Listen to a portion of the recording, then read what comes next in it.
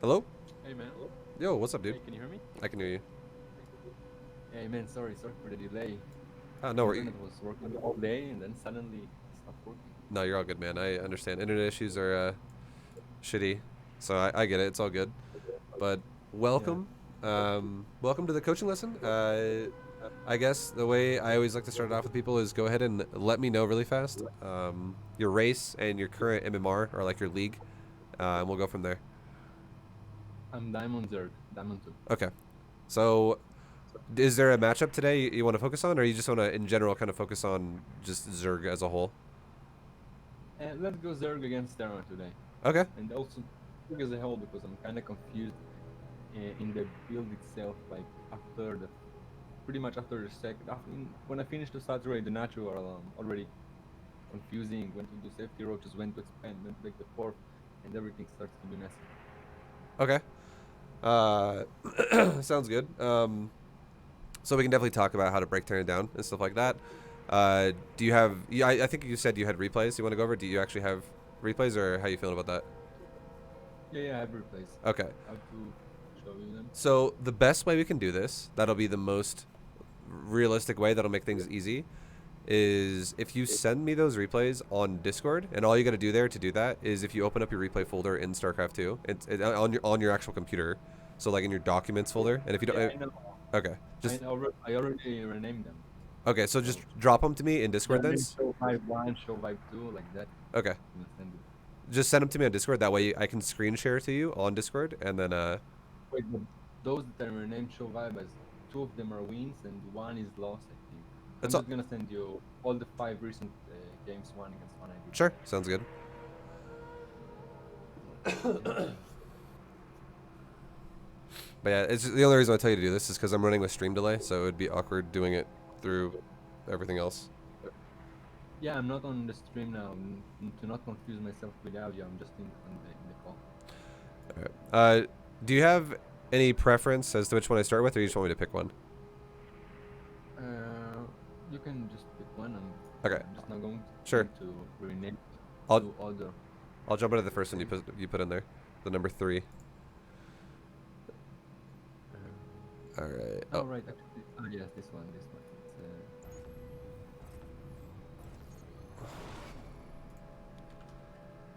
I'm sending you now the last one. okay. Can you hear me well, by the way? You're actually. I'm trying to like I adjusted your level as much as I could, and I turned you up as much as possible. But you're actually a little quiet to me. Little bit quiet. Let's see. So if you turn it up, Better? yeah, okay, that's a lot better. All right. Okay, that's perfect. Okay, I turned you up a little bit more, but yeah, no, that's super perfect. Okay. Oh, there's a little bit of a playback as well. I don't know. I can hear myself talking when I'm talking to you. Oh yes, because it's a microphone and I hear you through the headphones. Wait, I'll try. I'll close the. Try now. Hello, hello, hello, hello, hello, hello, hello. Okay, that's a lot better. All right. Okay. All right, so I'm gonna share you my screen now on Discord so you can see what's going on in StarCraft 2. And then yeah, we'll jump into it and see what's going on with you and these games and see what things you can work on. And I'm gonna talk a lot. So feel free at any point in time to interrupt me and ask a question if you have a question in mind, because I don't want you to forget your question while I'm constantly telling you what's going on here. All right. I will. Yeah. All right. Okay. So here we go. I don't remember. I 5 previous games, 3 of them I won, 2 I lost. I sent you all, but I don't remember which game is that. Oh, that's okay. Like, I'm not gonna lie. Winning and losing has nothing to do with how much I'm gonna coach you. Like, if you win a game and you play it horribly, but let's say you lose a game and you play it really well, I would actually critique your game you won more than the game you lost. Oh. So it has nothing, because winning and losing is only based off of your opponent. It's not based off of how you're actually playing the game. So like if your opponent plays worse than you and you both play bad, then you might think you won, but in reality you're not playing great. Yeah, I got you. Yeah. I got you. Yeah. Okay, so you 17 hatch. I like it against Terran. ZvT 17 hatch is great. ZvP, ZvZ, I like 16 hatch more. Yeah, But yeah, no, okay, that's good. I do 16 hatchet against Zerg. Sick, yeah, that's awesome. Okay, and then I would say for these two drones, not a big deal. It's honestly very, very, very, very minor. But I would say the way you rally those eggs is correct that you rallied them, but I would just say rally them to the gas so you can just build the buildings faster instead of rallying over here. But it's super small. Your first overlord looks like, okay, this is something this is actually the biggest thing I see that I don't like about what you're doing. You're sending your first overlord really high. So like I saw your first overlord at the start of the game, which wasn't that big of a deal because I feel like it was a minor mistake where it went up like this and then it went down. So I was like, oh, it's whatever. It's obviously an accident right there. It's not intentional. I don't think any Zerg is going to send their overlord there for any reason in particular, just a misclick. But I can tell now your overlord is being sent to like right here. You're going behind It's actually his being natural. sent to this high ground there. You're going here? Yeah. Okay, so I would say I'm not the biggest fan of that, and the reason why is this is why I say it's going too high, is because you should be going like right here, and the reason why this is because if your opponent goes for Marine first, okay, let's say he goes for Marine first, and then he runs out of his base and he doesn't even go for a Reaper. What does it mean Marine first? It means, Like not Reaper? yeah, it means he makes a Marine. That with the barracks is done, and then he immediately makes a Marine with his first unit, and then he'll try to kill your Overlord with that. If that happens, he'll meet your Overlord when you're like over here. Okay, if he like goes hunting right away, and if he does that, you can always just go, oh, he's gonna try and kill my Overlord really fast, which tells me he went Marine first, and I can hide right there, like on this cliff. Alright, I tell you my idea against Zerg, against Terran as Zerg, and tell me if it's wrong or. Usually I try to saturate the second base with like 6, 9 drones, something like that, and then immediately go with links and bands to deny his natural. So I'm gonna have natural with 6, 9 drones, and he's gonna have only the main base. Okay, that's a very aggressive style. So what that is that's a style that like it's going to put you very behind if you don't successfully do that. But if you do successfully do that, it'll definitely be effective. But usually if I don't succeed, I lose. Yeah. Yeah, that is something that I would say if the Terran scouts and knows how to react to that, he should never take damage to that. But if he doesn't scout and he's playing blind, then yeah, that could work. That's how I kind of view what you're talking about, because there's no reason why a Ling Bane attack on his natural should work every time. There's no reason why I it don't should. do it if I see reactor to the factory.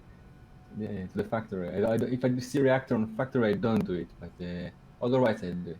It's super aggressive. That's the main thing you need to know is it's very aggressive, and any time you do anything aggressive, it needs to work or you're behind.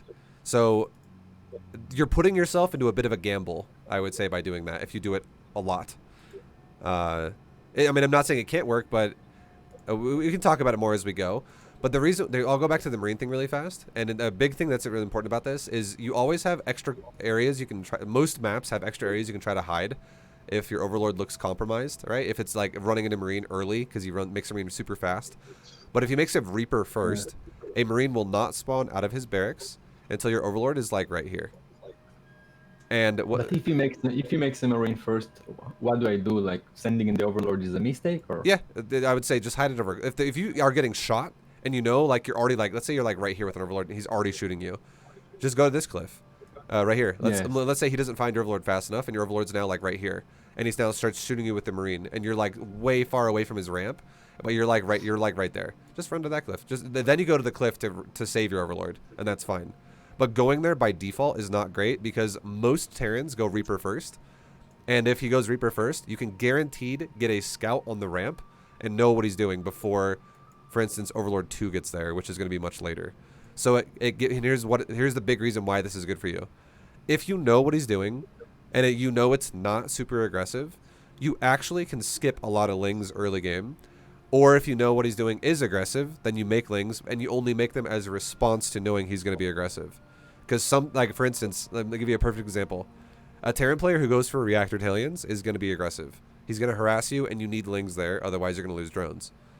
Or if a Terran player is going to go for like a 2-1-1, which means that they're going to go for 2 barracks and then a factory and then a starport, and they're going to do like a 5-minute medevac drop with Marines, you do not need to make Lings there. You can make Lings much later against the 5-minute medevacs rather than making Lings at like 3.5 minutes against when Hellions would be attacking you, which increases your economy like crazy because you can just get more drones off faster and then make Lings later. So you really want to get a scout on the ramp to know if it's a Hellion opener or not. Because Hellion openers need Lings and non-Hellion openers do not need Lings. Alright. And then it's the same thing as well, where, let's say, hypothetically, your pool's not even done yet, right? It's not done yet. Now, let's just say the Terran player showed you a Marine, like, right now, for instance. Let's say he started shooting Overlord right now, and you were like, okay, my pool's not even done yet. You know what you could do then? You could skip Safety Lings versus a Reaper. If that's something you do every game, and you're like, every game I always make 4 Lings. Right. Because you can confirm there's no Reaper then. So just OV and then keep Jones. Yeah, but I mean, like a lot of times you'll see, like the Reaper should be spawning right about now. And like when your Overlord gets close to his base, like anywhere around this point in the game, I would say 210-ish is when a Reaper should be spawning out of the Terran's base realistically. And you can see right now it's 214 and it just popped out of his base. So this is very standard from Terran. And if your Overlord was going further south as well, like let's go back just for a really quick second here. If your Overlord, instead of going so high right now, was at an angle to go here, and let's say the Overlord was like right, instead of right there, and you also, don't forget as well, you went up and then down, so it kind of delayed it.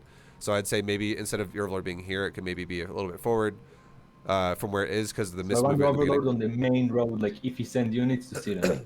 Yeah, because the point I'm trying to make here is you'd be further forward without the misclick, and then as well as that, if your Overlord was going at an angle to the ramp rather than here, instead of here, it would actually be like right there. So you still have a cliff to fall back to if you need to, and you'd be making your way closer to having vision to see a Reaper popping out of the Terran's base, and you could, like, by the time the Reaper spawns, you'd be probably like right here, and you could totally see a Reaper when that happens. Not only is it good to see the Reaper, but it's also good because you get to see what his add-on looks like on his racks. And then if you finally scout it in by, like, we'll say like 215, 218, somewhere around here, and now your Overlord's like right here, and you saw this, with like all this right here, which is, okay, he's got a factory, he's got a barracks, and he's making a Marine. What do you think this is going to be? I would already look at this and go, this is going to be Hellions. And here's the reason why. The reason why I would say this is going to be Hellions is because factory has a longer build time than a reactor. So anybody who's going to go Hellions is going to make the factory before the reactor. Because it makes no sense to make a reactor first, which is going to push the gas down to wait on the factory. And then be like, cool, the reactor's done like 30 seconds before the factory, which is bad. Because a Hellion has a 21-second build time, so you're missing a ton of Hellions there. Whereas if you make a factory first, a factory is a 43-second build time, and a reactor is a 36-second build time. So that discrepancy. I'm actually so bad as Terran. It's good that you tell me this because I have no idea how Terran or TOS works. Yeah. Like silver or gold lower. Well, the biggest thing you want to understand is no matter what build you do, it logically makes sense. If you need to, like, let's say you have like ingredients to a build, okay? Like let's talk about like cooking for a second, where it's like I need so like in my ingredients are I need a barracks, I need a factory, I need a reactor, and I need supply depots. And you're like, well, I can't make a barracks without a supply depot, so obviously that has to be first. Depot has to be first. It's like a tech path, right? And then you're like, well, I can't make a factory until I have a barracks. So again, that's a tech path. But now suddenly you have the option though, where once you have the barracks, you can totally make a reactor or a factory. Either one of those can be made then, because the barracks unlocks both of those. And now you actually have a choice. You have to realize whenever you make a choice like that, it makes the most sense to do the longer thing before the shorter thing. So if you know what that is, which is a factory is the longer thing and a reactor is a shorter thing, it makes sense that you're going to prioritize the Hellions that way. But instead, if you prioritize the reactor first on the barracks and then you made a factory second, you'd have to think to yourself, well, now there's no longer a Hellion priority, so what is this guy probably going to do? It makes more sense that instead of making Hellions now, he's probably going to make a bunch of Marines, and he's just going to be a Marine-based Terran player who's going to probably play like with medevac drops and bio-based builds and stuff like that. So if you're looking, that's just you got if you understand build time and you memorize that over time. I definitely don't expect you to do it like right off the bat and like just know everything right now, but definitely start trying to commit things like this to memory. And you could already tell this is Hellions if your Overlord was right there. And the second you're right there, a cool thing as well that you could see is look at the barracks lights on the building right now. And you could see that they're flashing. And you could tell for a fact that he's making a unit on that barracks because the lights are flashing on and off. So Another cool thing you can do when you scout someone is if you know what a building looks like graphically when it's not building unit compared to when it is building a unit, you know that that unit is producing something. And if you don't see an add-on next to it and you see a factory, you could already assume that it's a marine without even knowing a marine's popping out of it yet. And the reason why you could assume that is because the gas. yeah, exactly. He needed the gas to make the factory. 100% yes. And then also, I mean, obviously he's not making you physically don't see the add-on yet, so you know it's a unit and not an add-on. All right. And then you could fly back up to the cliff just like you are right now. And even if a marine spawned, and let's say your overlord was right there, as it was trying to fly up to the cliff now, if his marine chased you, even if he stutter stepped with perfect micro and didn't miss a millisecond and hit you every time, you would still not die before you got there. Your overlord would probably get to that cliff with like 120 hit points left or something like that. And then it would just be sitting up there regenerating health while you watched his natural.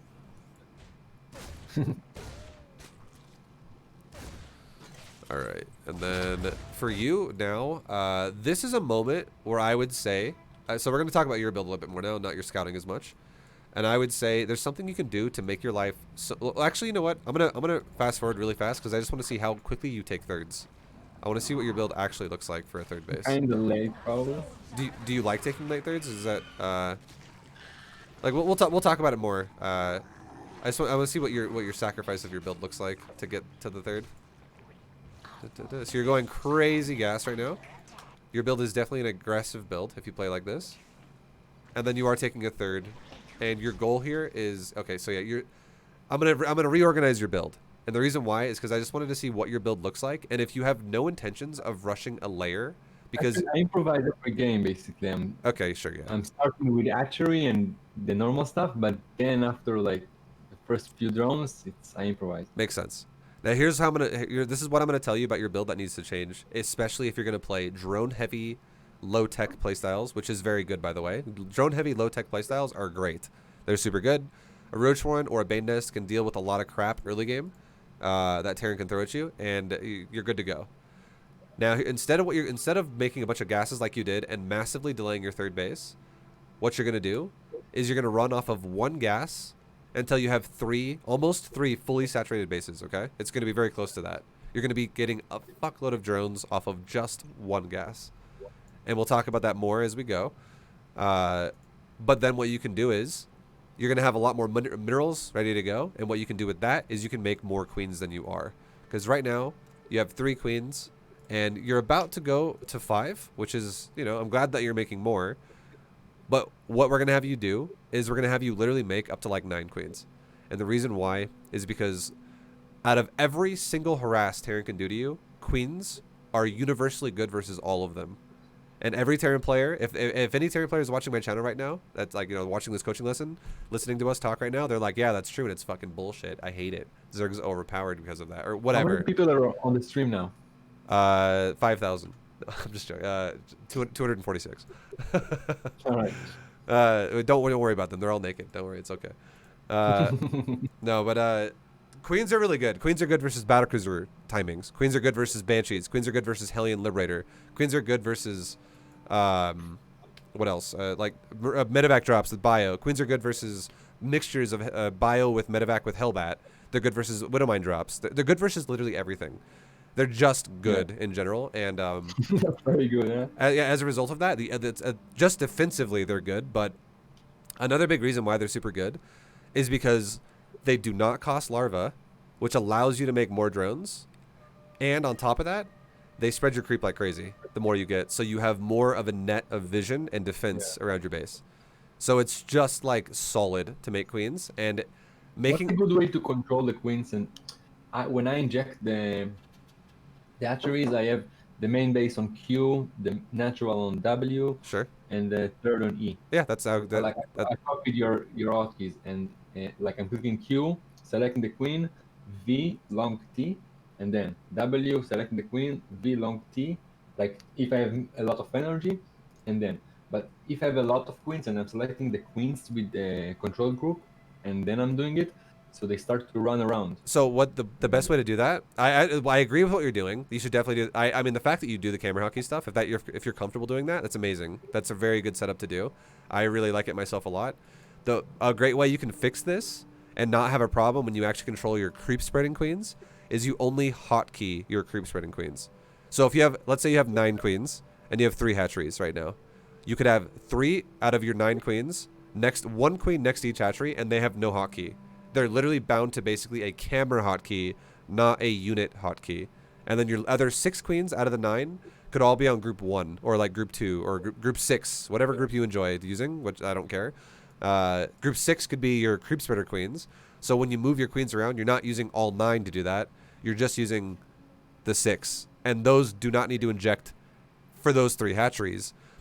Now, let's say you want to take another, let's say you make a 4th base, or let's say you make a macro hatchery. What you can do is you can take your creep spreading queens that actually have a like a unit hotkey, and you can right click the hatchery with all of those queens, shift click one of those queens out of the control group, and then rebind it without the queen inside of it. So now you have only 5 queens, and now you have 4 queens at 4 hatcheries with no hotkey. And then you do the same thing with another hatchery and another and another. And suddenly, let's say you have 7 unhotkeyed queens that are next to hatcheries that have camera hotkeys instead. So you could have like 3 hatcheries in the main, a hatchery in the natural, a hatchery in the 3rd base.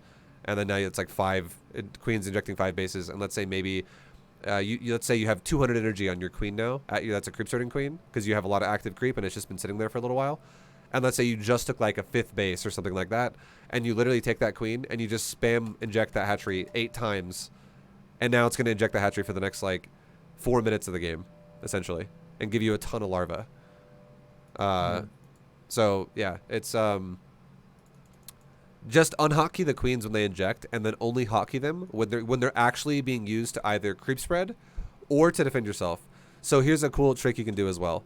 Let's say you're not ready for an attack, and you're like, okay, my opponent's pushing me with whatever. He's got Marauders and Hellbats, and I'm like thinking I might die right now. I need more queens to defend this. You could actually hit your camera hotkeys. You could do this very sloppily as well. You could like literally hit Q, or first hit 6 for your queens, all your active creep spreading queens, and then hit Q, hold shift, green box everything in the area. Like you could grab 12 drones and a queen, and then hit W, shift green box selection of things again. You could grab another 8 drones and a queen, and then hit E and go to your 3rd base. Green box, let's say you get 7 drones this time as well there, and you grab the queen as well. You then go to the bottom middle of the screen. You control click the queens only, because it will deselect all the drones that way, and it will only select all the queens you just grabbed. And then you go control 6, and then you're good to go. And now you have all those queens on defense for like a timing attack. Does that make sense? Yeah. Mm-hmm. And then when the timing attack is over, if you just, let's say you defend yourself, you could literally go with all your queens, so like just group 6, you could go camera hotkey base number 1, inject, camera hotkey number 2, inject, camera hotkey number 3, inject, and then those 3 queens that you watch leave your control group, like they're not leaving the control group, they're leaving your army and they're walking to the hatcheries. Shift click each one of those out of your group, be like click, click, click, like just click them off. And then you control 6 again, and now you've unselected those 3 queens, and you rebound them without those queens in the group again. Yeah. So you can you can bring them in or take them out at will, but just don't ever leave them in the control group if their job is injecting.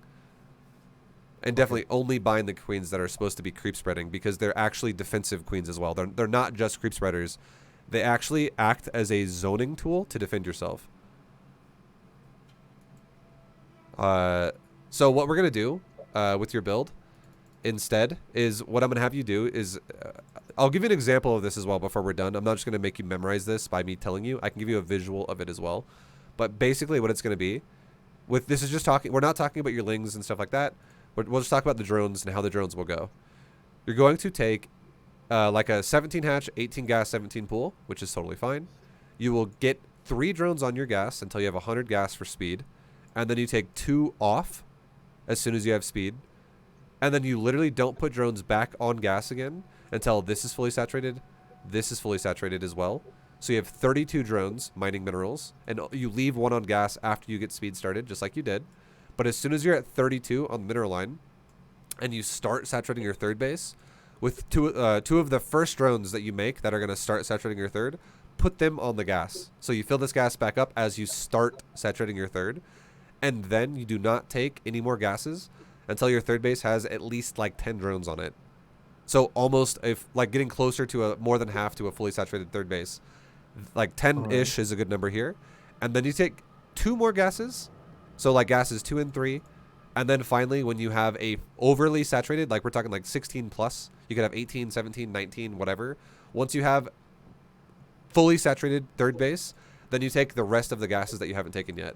So what that means is your first gas is going to have like a 3-minute difference of time between gases 2 and 3, and then gases 2 and 3 are only going to have maybe like a 15 to 20 second difference between gases 4, 5, 6.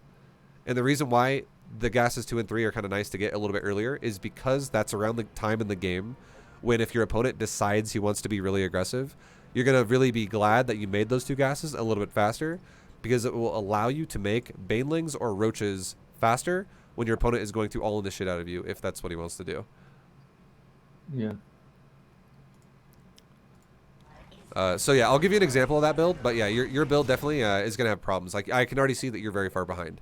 And the reason why is, check this out. Those aliens, they did nice damage. Well, think about it. Let me explain something to you really fast. It's kind of crazy.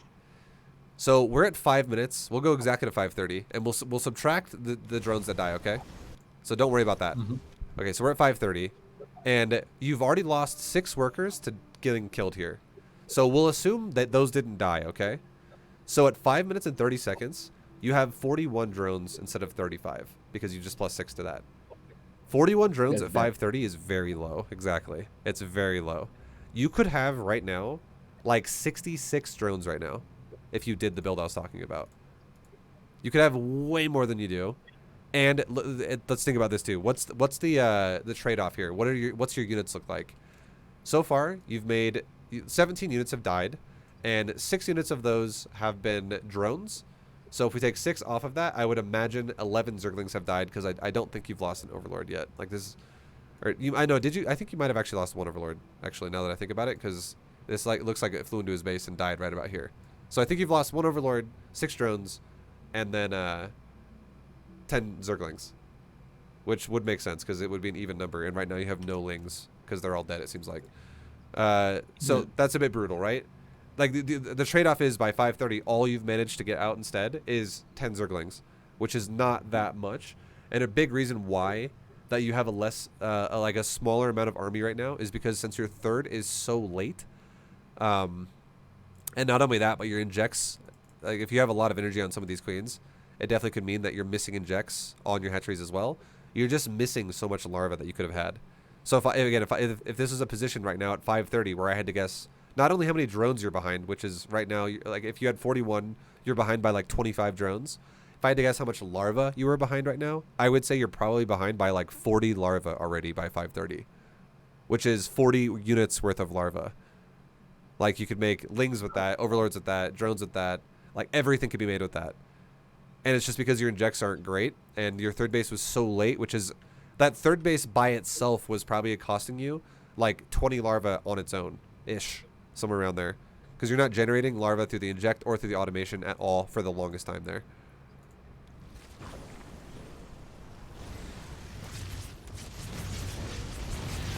And then that Hellion attack, I mean, it just slows you down even more than what it already was, which is rough for you. But this is now, like, this is one of those moments where a lot of Zerg players that look at, like, for instance, Zerg versus Terran, and they go, why is this matchup so hard? It's because their opener is not super efficient. That's really all it comes down to, because now the game is now in phase 2. Like, so that was phase 1 of the game right there. And phase 1 of the game is literally the build-up of the game. It's like how does the game set up for you? And phase 2 of the game is when the game now is already set into, like, it's set into its place that it's going to be. And now it's how well can you pace with Terran in the mid game when you fight army versus army? Like, how well is that going to go for you? And it goes really well for Zerg if you have an amazing opener, and it's really amazing for Terran, obviously, if the Zerg's opener is not great, or if the Terran does damage. And it really comes down to 2 things. It comes down to how good is the Terran's aggression, and how good is the Zerg's opener in general, like the build of the Zerg. It never really comes down to Terran's build, usually, most of the time, and the reason why that is because Terran is a race that does not need to sacrifice SCVs to build units. But Zerg is, so if you're not prioritizing that properly, then your build just by default puts you behind if your build makes no sense. So for instance, like this too, like the spine crawler is not necessary in this game. I would say you only ever could find it necessary to make a spine if your opponent is not going to expand and you really feel like you're about to get all in by some crazy stuff like really early, like Mass Reapers or something like that, and you're like, okay, I need something to help now. But if you know your opponent's going to expand and you get a read as to what it is, it really comes down to how many Lings you're going to make before you make your Roaches or your Banes.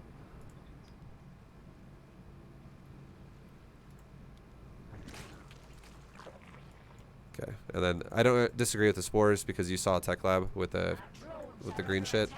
But I mean, yeah, I mean the fact that you made them is good, but it is obviously super late, so you're still taking damage either way, which is rough for you. Too late also.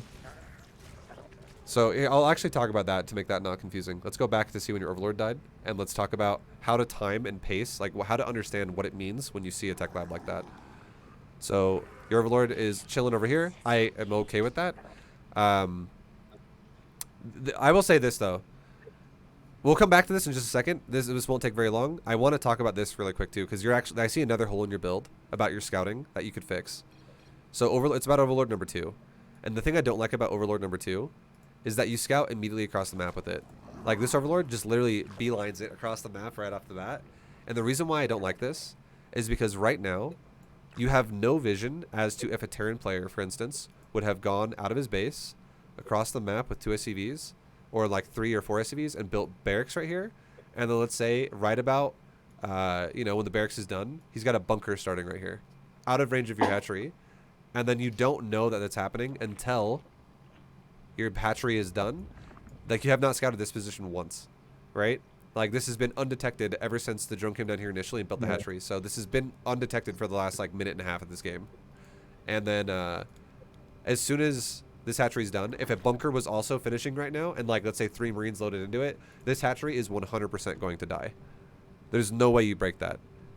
So what I would prefer you to do instead of what you did here with the first Overlord or the second Overlord is I would say it'd be a great idea for you to grab your second Overlord and tell it to go right here and just sit right there until you... I do it against Protoss. You should do it against every... like, you should do it literally every race, in my opinion. Because it helps... Like, if a Zerg 12 pulls you and they run around your first Overlord, it'll spot Lings before they get in your base further out, and it alerts you to make Lings faster. If it's against Protoss, it spots against Cannon Rush, and if it's against Terran, it spots against proxy bunker rushes. Because I'm telling you right now, if you play against a Terran who proxy bunker rushes you and you don't know what's happening, the only excuse, there's only one excuse for a Zerg to do this, and that's if you're going to drone scout as well. Like if you're going to have a drone either go to the Terran's base or you're going to have a drone go down here and just confirm there's no proxy. But I don't like that either, and the reason why is because it's wasting your economy. Because here's the crazy part. This is why let me wrap it up now and a final reason as to why it makes sense to leave your Overlord here and why there's no reason not to do it. Okay, so if your Overlord sits here again, you're safe against proxy because you can actually pull drones when a bunker starts rather than when a bunker is done. Because when a bunker is done, it's not like, oh well, now it's just done, so it's a little harder. The bunker being built is very, very, very vulnerable and easy to kill. But a bunker, when it's finished, is now like 10 times stronger than it was when it was building. It will actually just kill you. If it's a proxy 4x, you literally will just die. If it's a proxy like 2x, you have a chance to not die, but you're probably going to lose the natural. Like it makes it so much harder to deal with. So if your Overlord stays here right now until the hatchery is almost done, like let's say you move the Overlord out right now, okay? Like right about now. And why would it matter now? Because if you start leaving the base right now, by the time the edge of the vision of the ass of the Overlord is like right here, to where now it's starting to be kind of blind, the hatchery finishes. So it's not a big deal. And think about this. We'll write it down. 154, okay? So let's say you started leaving right now. This will make sense in a second. But let's say you started leaving your base at 154, okay? And now your hatchery, you guarantee, confirm you're not being proxied by any crap that could happen to your base. Now watch this. Look at when your Overlord arrives. Your Overlord arrives where it needs to be by like 250. 250 is when the Overlord arrived, okay? So now what we're going to do is, this is how we're going to do the math. It's about a minute. When does the Overlord actually go into the base? And is exactly, that's the point. Your Overlord goes into the base at 4 minutes. So if your Overlord arrived at 250, and if that means that now we can now know that the Overlord arrived at the guy's base at 250. That means that if you would have sent, but that was because you sent the Overlord immediately right away. And if we would have sent the Overlord at 154, that means that the difference of time of how long you're going to wait and how long you're going to cross the map, if it's still under 4 minutes, then you're good to go. So what this tells you is this took you about a minute to cross the... All right, go back for a second, sorry. Because now we'll look at one more number to get the exact answer here, which is when Overlord number 2 spawns. Your Overlord spawns at like 32 seconds. So from 32 seconds to 250, that's, you know, 2 minutes and 20 seconds or so. Right? Like a little bit around 2 minutes. But that's assuming you spawn from the fucking edge of the map here, the top left corner of the map where your hatchery is. But now if you go further down to like right here, you've already made some distance there of probably like 20 seconds worth of time, roughly.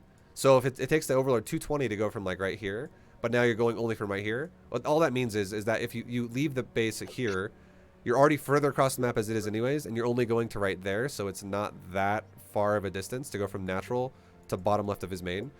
You'll easily get there just before you would want to arrive. Like, you'll have enough time to get there before the Overlord... Yeah, exactly. So there's no... Like, what it means is your scout doesn't get changed all into his base, but it gives you more scouting at your base to be safer through another position of the game that could kill you. I'll adopt that.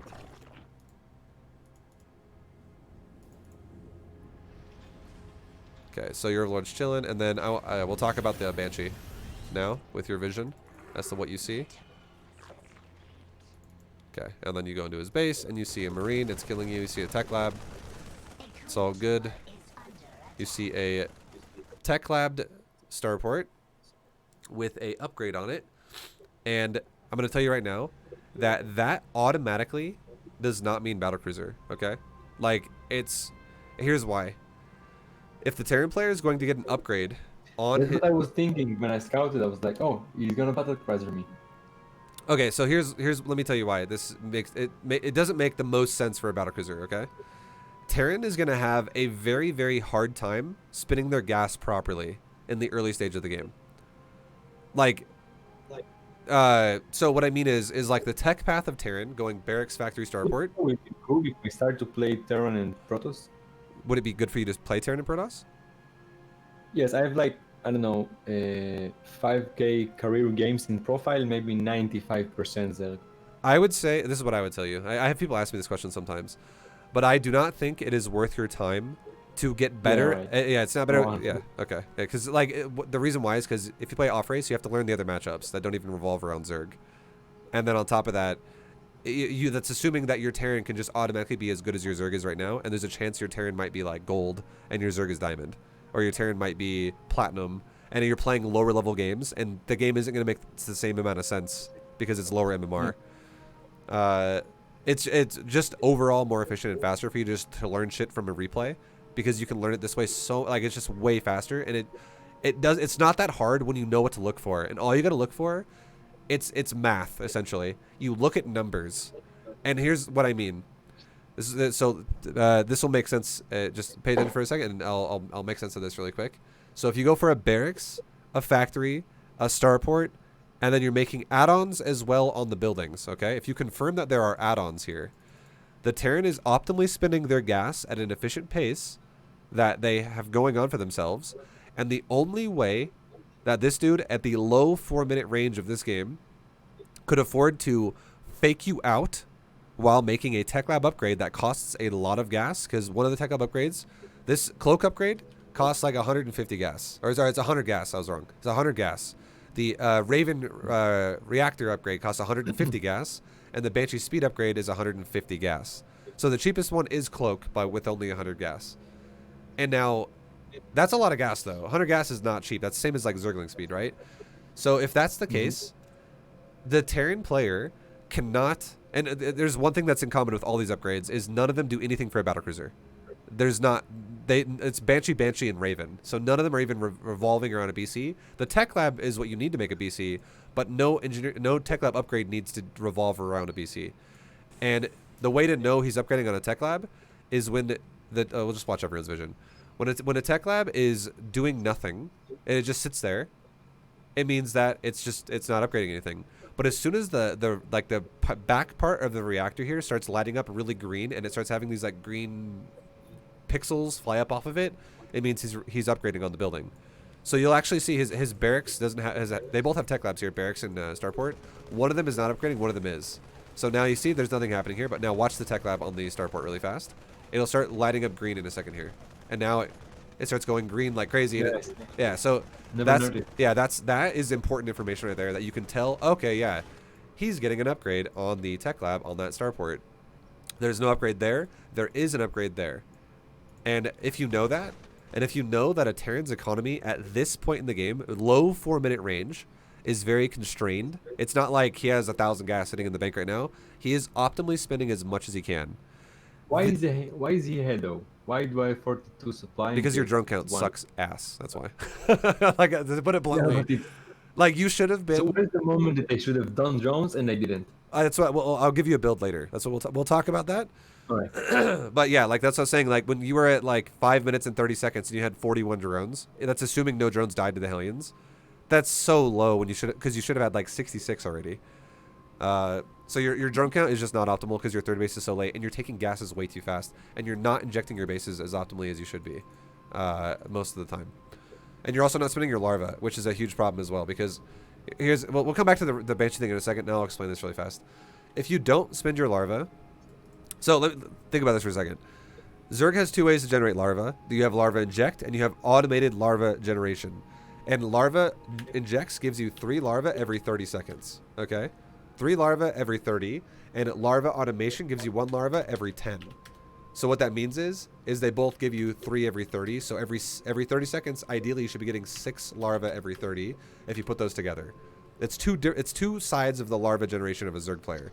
Now, one way to make larva injects perfect is you never miss an inject. The second it's over, you start a new one on it, because that's as soon as your queen's going to have enough energy to do it. So if you ever mess that up, it's like, well, crap. I should have had 3 larvae every 30, but now I missed 12 seconds. So now I'm going to have 12 seconds of missing time on my larva inject. So that's how you mess up injects, right? The injects are easy to understand. But larva generation, which is the other side of the coin here, larva generation only continues to generate larva if you don't have 3 larvae on the hatchery. The second it hits 3, it stops. So the way you could compare it to a larva inject is if you miss an inject, you're missing larva because you're missing injects. Easy to understand. But if you have 3 larvae on a hatchery, it's the same thing as missing an inject. Like, in theory. Like, it's like you're not doing the mechanic of Zerg there. So you have to spin your larva fast to keep it under 3, while also... like the hatchery is not saving for more larvae. Yeah, it stops literally creating larvae. So every second that goes by that you have more than 3 on it, you just don't get that part of your larva. And that's why I was saying before, earlier in the game, these are the reasons why not only was your third late, but also you're not injecting properly, and you're also not spinning your larva properly. That's why, if you remember, like 10 minutes ago or something, or 15 minutes ago, when I said you're probably down like 45 larvae or some shit, 50 larvae. I can't remember the number I said, but it was a lot. Like you have a lot of missing larvae. So that is why that makes sense for that. So you got to definitely be better at spinning it and generating it at the same time. But going back to the Terran's Tech Lab, again, the upgrade, you can tell the upgrade difference of when it is or when it isn't upgrading. But as well, you have to realize that a fusion core and a battle... So the fusion core is a building that requires you to make a battle cruiser. It's a tech path building for Terran right here. My camera's in the way, but yeah, okay. So you need that, which is a lot of gas, again. And then a battle cruiser is a lot of gas again. So nobody at this point in the game is realistically going to meta you by pretending to make an upgrade and then also getting a fusion core, because they can't really afford it. Like, the only way they can afford it is if they actually fuck their build up by stopping to make units, or they take gas really fast at their natural and don't actually make SCVs properly. Like, they're just undervaluing their mineral income. And then if they're that kind of a player that's like, I'm metaing you and you think it's Banshees, and, you know, if that's what their goal is, it doesn't even matter, because either way, you're going to make a Spore Crawler at the same time. It's just actually thinking about if it's a Banshee or if it's a PC. So now, if you see this and you go, okay, I now see there's an upgrade started on the Tech Lab on the Starport. Now, you could the way you can figure this number out that I'm going to give you in a second here is you can literally understand the tech path timing of everything. Okay, so what it is you could go, okay, how much time does it take for a barracks to be made? How about a depot? How about a factory? How about a starport? How about a tech lab? So because again, the tech lab is going to be on the starport. And then you could speed it up a little bit because you could also say, well, what if he makes a tech lab on the barracks and he swaps the buildings over? How long does it take now for a starport to lift and land if it's right next to the barracks? If you know these numbers and you know these timers, which you can learn from a replay by literally going to an SCV, clicking its builder and going, okay, depot's 21, barracks is 46, factory is 46, or 43, sorry, and a starport's 36. So if you add to up... be honest, I don't know even the timers for Zergiven. Like, Well, that's I don't something know you need to learn. if it's 20 or 18 seconds. If you learn these numbers, that is so much more value to as a player to like gain knowledge than thinking I should off race. That is actual knowledge in the game because that actually teaches you how to actually use time as a reference. Because instead of getting to someone's base and going, like, having your eyeballs, like, go sideways on each side of your head and go, like, I have no idea what he's doing, right? Like, I don't know what this means. You actually, like, fixate on what he has with the timer of the game and you go, I know that he's only capable of this. Like, you can already, like, rule out what he is capable of doing because of the timer of the clock. And you can literally say to yourself, well, I know for a fact that even though your overlord got into his base like this, and you go right here, you're like, okay, he has a starport and a tech lab. You do not have to tell yourself, how long has that been there? I don't know, 2 minutes? Something like that? I have no idea. You don't have to guess what it means. You can literally look at that starport and go, oh, he's got a starport, and it's at 4 minutes and 16 seconds. I know for a fact that that starport has only been active for less than 30 seconds. So if we back it up and we go back to like a different part in the game, look at this, right? We just went from 415, 416 back down to 3. And now if we know for a fact that at 347, that is roughly around the when the starport should finish, that is so much like real information that you know already as Zerg that you're expecting to see. And it's when you like the difference between a player who scouts and doesn't know how to scout and a player who does know how to scout is just, when you scout someone, it's not supposed to be seeing things that you see and there you go. Now I see a starport. It's about confirming what you think is already there. So if you actually have the information of the game to go, well, I know a starport should be done right about now, and that's why you scout right now, and then you confirm it, and now you see it, you know for a fact that he does not have battlecruisers being made yet, because that means that that starport was recently finished, and there's no way he has a battlecruiser starting in this starport as well.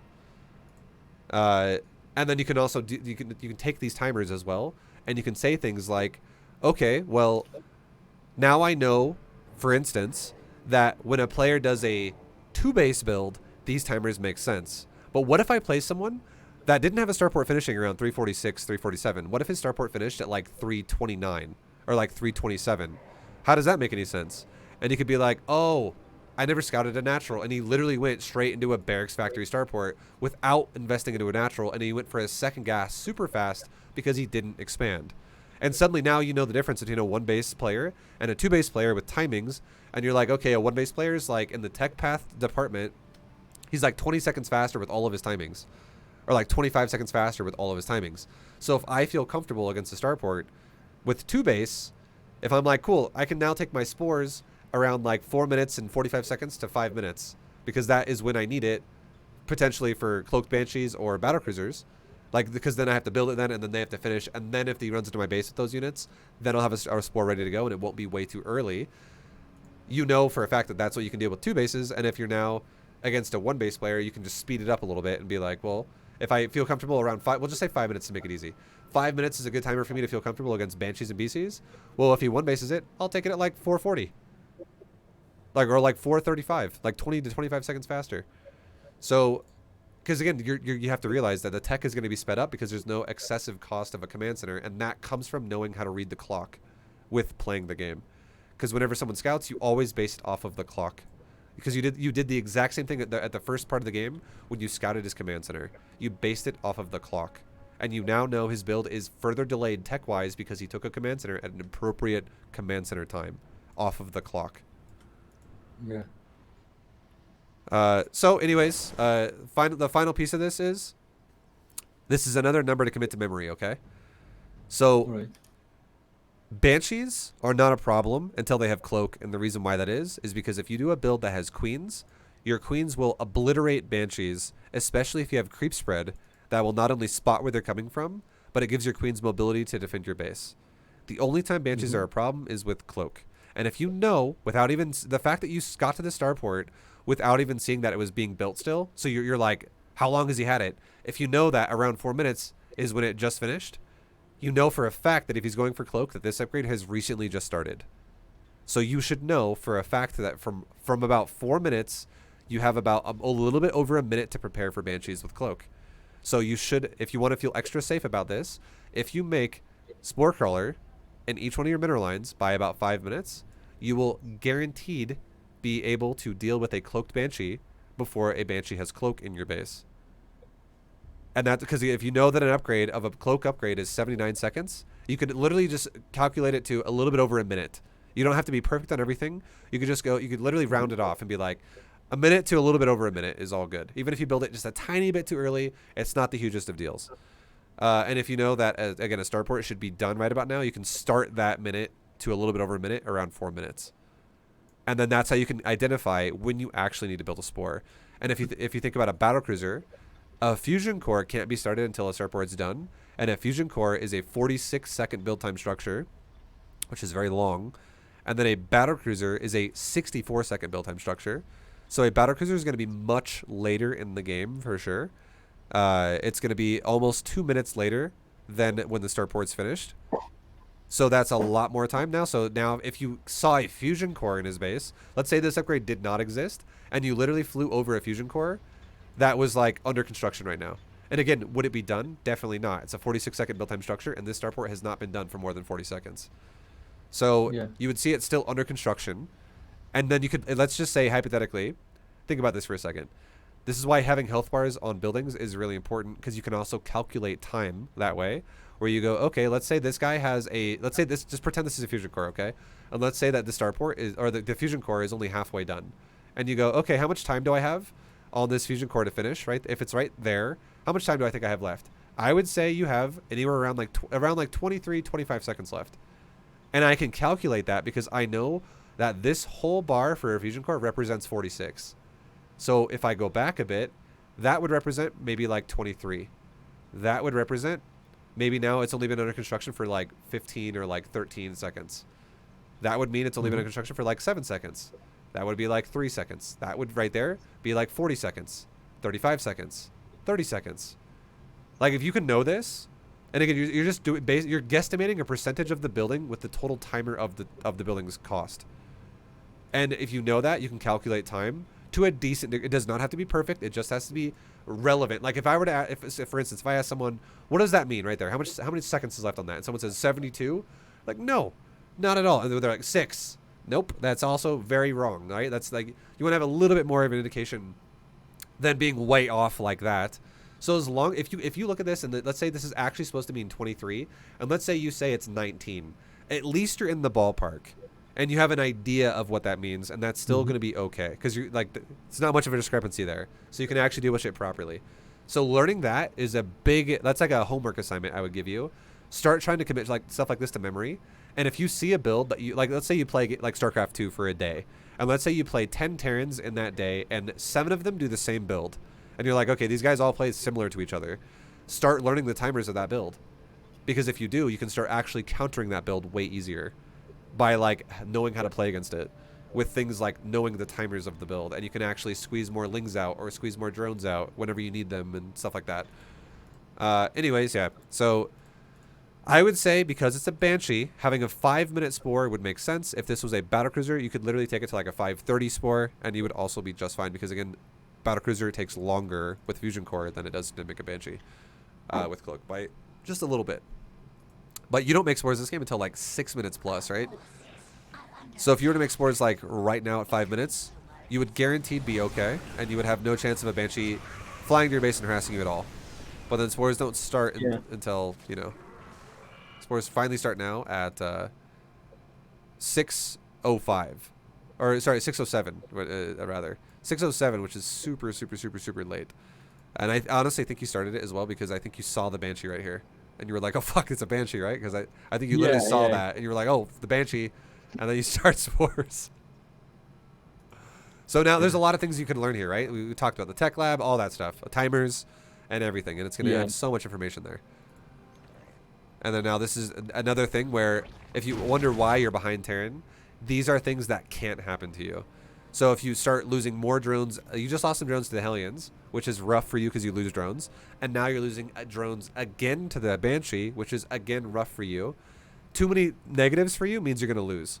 And then on top of that, you're behind again because your drone count was just created in an inefficient way. Oops, I did not mean to do that. I'll go back to where we just were.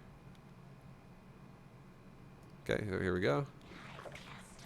And then the Banshees are just flying around, basically dealing tons of drone damage. And now you've lost 25 drones. And yeah, that's brutal, right? Now you have 45 drones to 62 SCVs. This is almost unwinnable. This is the game's difficulty now is like a 10 out of 10 for you.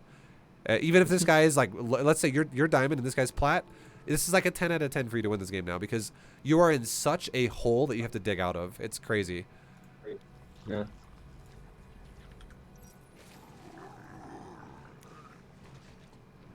And then not only this, but your creep spread as well is very far behind right now. So this is something that'll help you a lot too when you make more queens. I would say the amount of roaches you have right now is actually not bad. But the thing is you're at a stage of the game now, 8 minutes plus. You do not want to still be making drones at this stage of the game. You want to ideally be done by now because you want to start gaining control of the game. So now at this stage of the game, because this is when the fights are really going to start happening. So these are going to stop. This is still kind of a harass. But the harass stage of the game is really coming to an end now, and it's really going to start coming to the push stage of the game.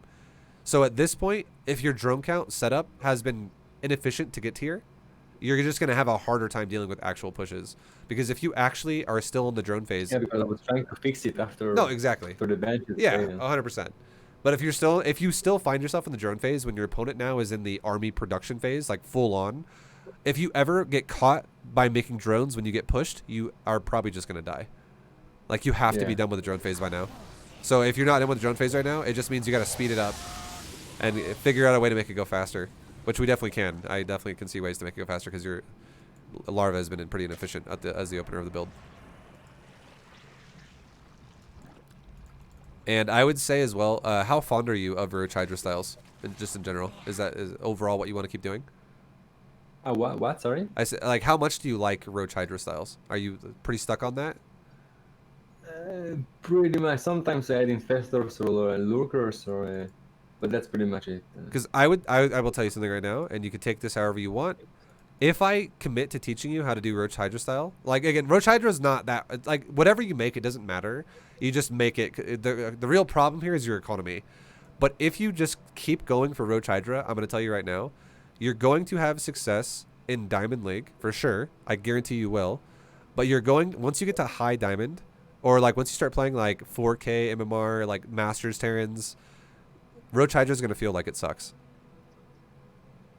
Mm-hmm. So it's basically a build with an expiration on it, because it just does not scale well versus Terrans who play traditional like tank bio, things like that. Like, you're gonna feel like Roach Hydra starts to fall off pretty hard. Like, then you need to kind of start understanding how to go like Ling Bane. I'm not even necessarily saying like Ling Bane Muta, but maybe like Ling Bane, like Roach early game to play defensive is fine. But going Roach Hydra all game is not great. But maybe going into like Ling Bane Hydra and then going maybe like Ling Bane Hydra Lurker would be stronger. And the reason why is because when you concave Roach Hydra against a lot of bio with a lot of medevac, the medevacs actually get ridiculous efficiency by the fact that they can spread their heals out and heal the front line all over the place. And then Roaches don't do enough DPS because of how bulky they are versus bio. Bio stacks really hard. And your Roaches will just melt and disappear. And that's not even talking about the fact that he can have tanks. And if he has tanks, not only will his bio be able to fall back to the tanks and AoE the crap out of your front line of your concave, but basically the straight up DPS output of bio is so much higher than Roach Hydra that you're just going to your army's going to melt every time against a Terran who can macro well when you go Roach Hydra. Mm-hmm. And if you go Lurker with it too, here's the only problem with that is, which is why, again, I would say that the style has kind of an expiration on it. The one thing that Terran can do to counter this already is siege tanks. And if you go Lurkers, siege tanks still counter that.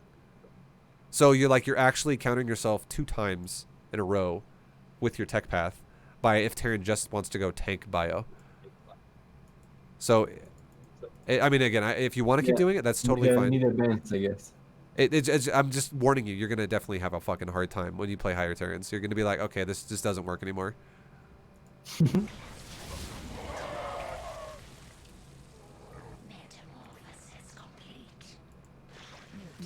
The only way you can make it work. I think I'm going desperately to his base now.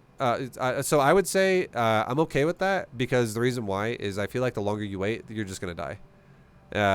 Like, if I was playing this game, this is my genuine thought process of if I was playing this game, if I had to take over right now, this is how I would feel. I would say my army composition is not the most efficient composition I could ever make versus what he's doing because, like I just was talking about a second ago. Like, if he starts going tanks, you're just going to get fucked. And then on top of that, I have very limited creep control. And on top of that, I know I have a weaker economy than my opponent. So if I'm making a weaker army and I have a weaker economy, unless I somehow get something done, I'm going to die. But I think you're going to die either way. I don't see you winning this game. And look here we go. Look at the fuck. This is exactly what I'm talking about. Here we go with tanks, right? Let's watch those tanks do fucking work here. Yeah, like this is brutal. So you get over there, and he's got bio in front of tanks. His bio's doing decent DPS. Like, this would actually do well. It would do decent. I wouldn't say it would do great, but it would do decent versus just bio. But now when tanks are in the mix, bio just slows you down while the tanks get tons of damage on you. And as you engage, you are getting melted by all these tanks. How many tanks he has and realizing, yeah. And that's 5 tanks. That's not even mass tanks. Like, one of them isn't even shooting, by the way. It's up here. This is actually 4 tanks. That wasn't even... That's 12 supply. That's the same as 6 Hydras. Or 6 Roaches. Yeah. These are just... It's because that these units scale so much better versus your army. It's just... They're really good. And then the bio... The crazy thing about bio Tank is only 2 supply? Tank is only 2 supply? Tank is 3 supply. So no, I was saying... sorry, right. It's 4 tanks. Because the 5th tank really didn't even shoot once. It was too far away. It's way the hell up here. So this tank can only shoot like to right there. And you only literally, you died like a little bit before where it could have shot at. So, and then you backed up. Yeah. So these 4 tanks really are what shot you. And that's 4 tanks is 12 supply. But realistically what happens is, let me explain the concept of bio and tank and why it's ridiculous. So tank is both a tank and a bio unit are ranged and they do damage, whatever, blah, blah, blah. Everyone understands that. But there's a reason why they synergize so fucking well together, and it's because they both fall into a category of unit that is called a hit scan unit. And what that means is it means the second the tank or the marine initiates an attack, it's instantaneous to when the unit that's being attacked by it takes damage. It's instant damage every single time. And why that's really important to know this is it means that not a single shot of damage will be wasted by a tank or a marine. So if this was, for instance, a projectile unit, like we'll use a projectile unit in the sense of like a fucking a lurker, okay? Think about a lurker. So if let's just say all it would have taken to kill one, like let's say you had lurkers right here, like let's say you have 10 of them, and there's 1 tank right there, and there's 1 tank right there, and let's say all 10 of your lurkers are in range of both of them. But let's say all 10 of your lurkers attack the tank that had only needed to be hit 1 more time and it would die. Because a lurker is a projectile-based unit, if your lurkers are closer to that tank first, they will all shoot that unit first. And they will all... like, 1 will kill it, and 9 will waste their auto attack. And then suddenly, after they get another round of auto attack, once it refreshes, they'll now all attack the other tank. A siege tank doesn't work like that. Now, let's say it's the other way. Let's say there's 10 siege tanks in a line and 2 lurkers. And 1 lurker only has 1 hit left, and another lurker is full health. 1 tank will shoot once and kill the lurker because it's instant, and the other tanks will shoot the other lurker till it dies and kill it instantly. And then any tank that still hasn't shot yet, because it's all instant, will then wait for another unit to arrive and shoot that unit. So it wastes 0 damage. It's like a very smart AI unit for how it shoots it because it's instant. It's hit scan, so it wastes no DPS. So it gets absolute efficient damage. And then a marine is the exact same thing. So what Marines do is they're also hit scan, which is the same concept, and they are shooting units that just got AoE'd by tanks. So the Marines are killing units that are already weakened really fast. And what happens a lot of the time is tanks punch a fucking hole into an army really hard initially, and then units die because of it, and then other units in the area are really weak because of it, And more often than not, that area that just got punched a hole into is the front line of your army. So what is that front line going to do? It's going to continue to be the front line as it engages, and it's going to run into range of Marines. And the Marines are going to hit scan down all the weak units in the front really fast before the tanks even shoot again. And now the tanks are going to waste DPS because they're not going to overlap damage with Marines. They're now going to shoot fresh targets again and shoot another wave of good, healthy units and AoE the crap out of them, and then Marines are going to finish them off. And it's going to keep repeating itself. And you're going to lose units crazy fast, which is exactly what happened here, where you can see tanks just obliterating healthy units while Marines finish it off. So like as you engage, it's all green, right? You're like, oh, I got a green army here. Tanks just pound a hole into it, and then Marines finish it off. Tanks pound a hole into it, and Marines finish it off. Like every time tanks shoot, they're like shooting into like healthy units. Because a Marine shoots really fast, but each time it shoots, it only does maybe like 5% of your health bar. It's very low. Marines have to shoot you, like we're averaging it here. It's not obviously exactly for every unit because every unit has different HP values. But realistically, Marines shoot you for like 4 or 5% of your health bar per shot. A siege tank shoots you for like 50% of your health bar per shot. So siege tanks definitely punch that hole in the health bar really fast, and the Marines just rapidly kill the rest of it. And again, it's just zero wasted DPS, which is why this army, it's scary. And the final reason why this army is not great is because siege tank splash is a bit ridiculous. It's extremely good, and if you go for a pure ranged army, you're absorbing all of this splash damage yourself, and you're not redirecting it back to the Terran at all. Whereas if you go for like a Ling based army, which is melee, if your Lings get on top of the Marines and your Banelings get on top of the Marines, you actually suddenly start, your Lings will also die to the tanks just like your other army would. But if you're touching his units, you can actually redirect his own splash damage at himself as well. And not only that, if you have Banelings, you also AoE the Marines down too, so it's fucking super nice. So it's just not ideal for what you're versing against. With the going Roach Hydra, that is. Alright, so that game right there, I'm not gonna lie, the biggest problem you have is your macro. Like it's 100% your developing stages of your build. And how you set it up. So what you tell me if this sounds like a good idea for you, if you want to do this, but what I can do for you right now, based off of what we just saw there, is I can go ahead and make you a replay, and I can break down what you should be doing and like checkpoints that you should be aiming for. And okay, that sounds good. All right. Yeah. All right. You have any questions about anything before we keep going? No, that was pretty damn long for one replay. Yeah. No, like, it's because there's everything. There's so much you can, like as I'm saying, it doesn't matter if you win or lose. It's not like, oh, you should have attacked or you should have defended. Like what you did to yourself there. This is really how StarCraft 2 works, and the faster you realize this, the faster you'll grow as a player at this game. It's not chess. It is literally not chess. Because think about it like this. This is the best way I can make an analogy to like a game like chess for StarCraft. Imagine if you sat down at a chess table and you had 3 pawns and a king. And you were like, what the fuck is this? And your opponent has a full board with bishops, rooks, knights, everything. And you have 3 pawns and a king. And you're like, I can't even play this game properly. And you're like, yeah, I know. That's what it looks like when you can't macro properly. That's what it's like.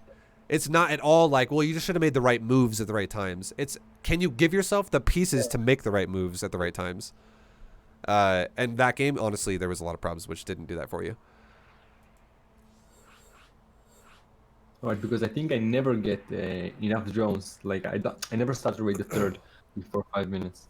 So what we're gonna do? Sometimes, but like if I saturate the third pretty fast, that means I have maybe no safety units. Yeah. So what we're gonna do is I'm gonna be sending a drone. My first drone. Oh, we'll talk about it as we do it. We'll just go into it. But my first drone that goes to my natural is not actually gonna go to my natural. It's gonna go to my third base. Like, my third base is going to be really fast. And I'm not going to take my third base the second my drone gets there. It's just because if you do this, you can get there before a Reaper gets to your base. And the biggest problem a lot of Zergs have is if they don't have a drone at their third base, by the time the Reaper's there, if the Reaper just camps the natural and just sits there, you cannot actually run. Like, if a Reaper's sitting right here over and over and over and I try to run a drone down, the Reaper just kills my drone. And I'm like, okay, well, I can't expand now. This is annoying.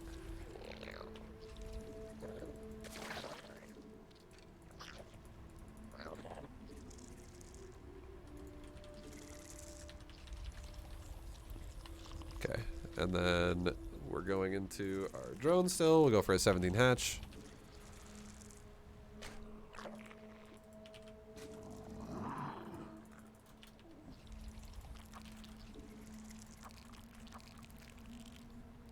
And then we'll take one of these two drones that are made together, put it down to my natural for a 17 hatch. They'll time perfectly with about 300 minerals as I arrive. So this is one of the 15, 16 drones. As soon as I get there, I have 300. Yeah, until now I'm doing the same. Okay.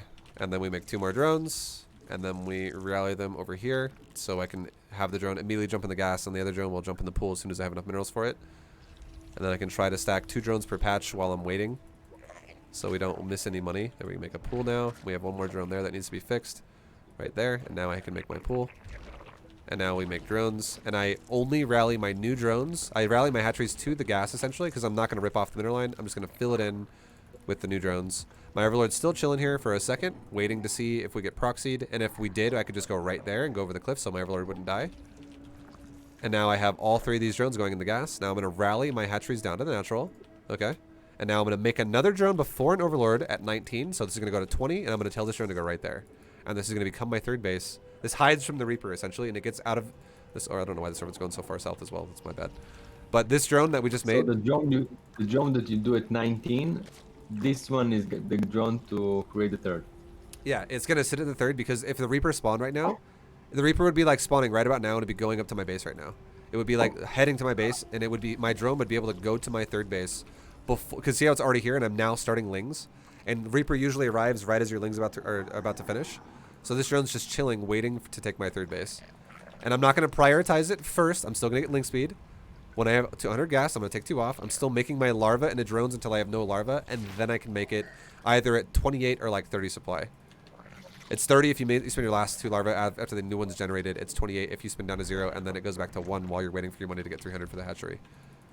So, but either way, it doesn't matter either way, and the reason why it doesn't matter either way is because either way we do it, the goal is we don't hit 3 larvae per hatchery, which is what happened. We did not hit 3 larvae per hatchery, so we did it properly. Now we make a creep tumor, and we make another queen. We make an overlord again right now. And now what we want to do here is let's actually tell one of our overlords to go here. One of our overlords can go, let's move this overlord here too. I don't know what we're doing with that shit. One overlord can go here, one can go here, and one can go like down here. And the reason why is because this allows our queens to be mobile in the right spots at the right time.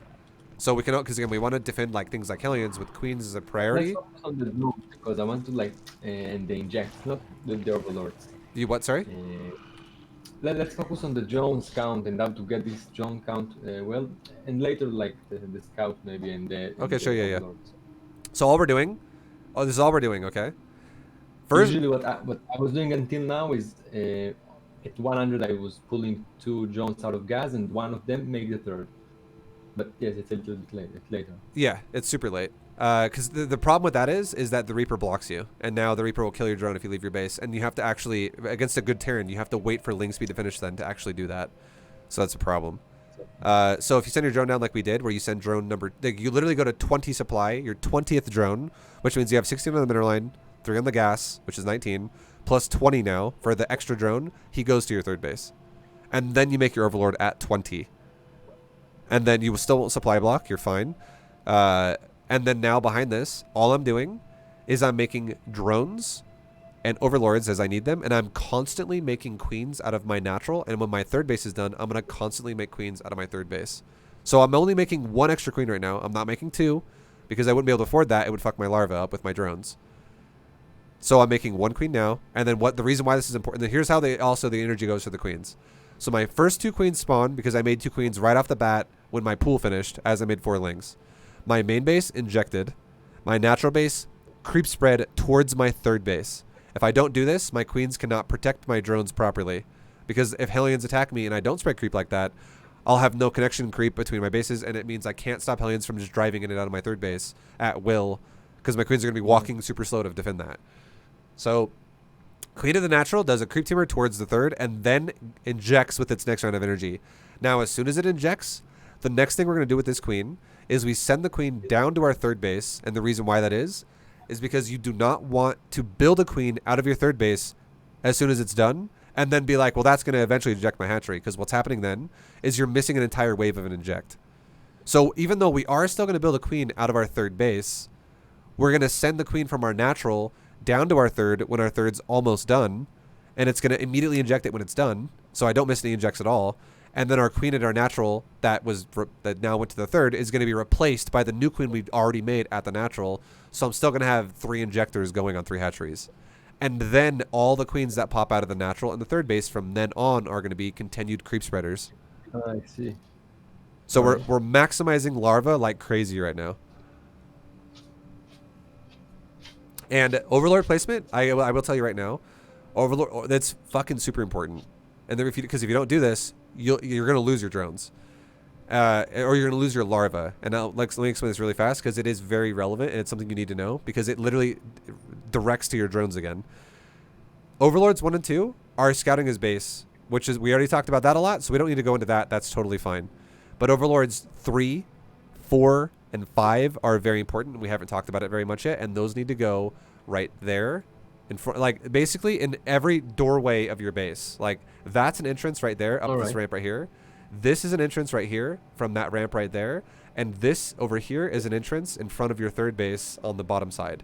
And the reason why this is important is because you do not, by all means, you do not want to defend Hellions with Zerglings. You do not want to do that.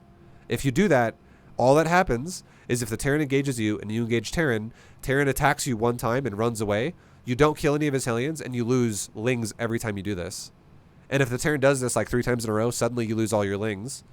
And then you're like, oh, I got to remake Lings. And what happens when you remake Lings?